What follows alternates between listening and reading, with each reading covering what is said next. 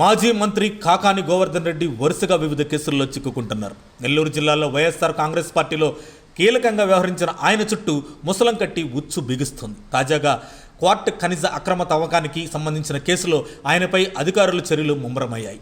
మరోవైపు Ongole MP Magunta Srinivasulu Reddy సంతకాలను forgery చేసిన కేసులో కూడా ప్రభుత్వం ప్రత్యేక దర్యాప్తు బృందాన్ని ఏర్పాటు చేసింది. ఈ కేసులో కాకాణిని ప్రధాన నిందితుడిగా చేర్చే అవకాశం ఉన్నట్లు సంకేతాలు అందుతున్నాయి.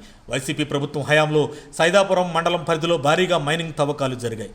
రుస్తుం మైన్స్లో క్వార్ట్ అక్రమంగా తవ్వి రాష్ట్ర సరిహద్దులు దాటి ఇతర దేశాలకు తరలించినట్లు ఆరోపణలు ఉన్నాయి. ఈ వ్యవహారంలో కోట్లాది రూపాయలు అక్రమ లావాదేవీలు జరిగినట్లు అనుమానాలు వ్యక్తమవుతున్నాయి. అప్పట్లో టీడీపీ నేత సోమిరెడ్డి చంద్రమోహన్ రెడ్డి ఈ అక్రమాలను ఎత్తుచూపుతూ మైనింగ్ శాఖతో పాటు కేంద్ర మైనింగ్ శాఖకు ఫిర్యాదు చేశారు.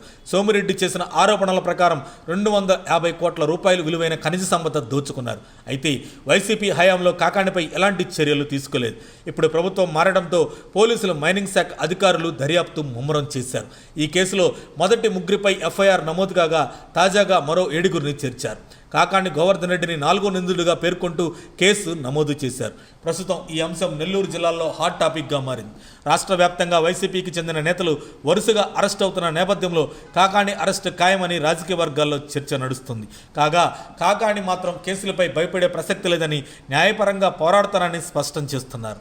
ఒంగోలు ఎంపీ మాగుంట శ్రీనివాసరెడ్డి సంతకాలు ఫోర్జరీ కేసులో కూడా కాకాణి పేరు ప్రధానంగా వినిపిస్తుంది. దీనిపై ప్రభుత్వం సిట్ను ఏర్పాటు చేయడం, త్వరలో ఆయనను ప్రధాన నిందితుడిగా చేర్చే అవకాశం ఉండడంతో కాకాణికి కోర్టు మెట్లు ఎక్కాల్సిన పరిస్థితి ఏర్పడింది.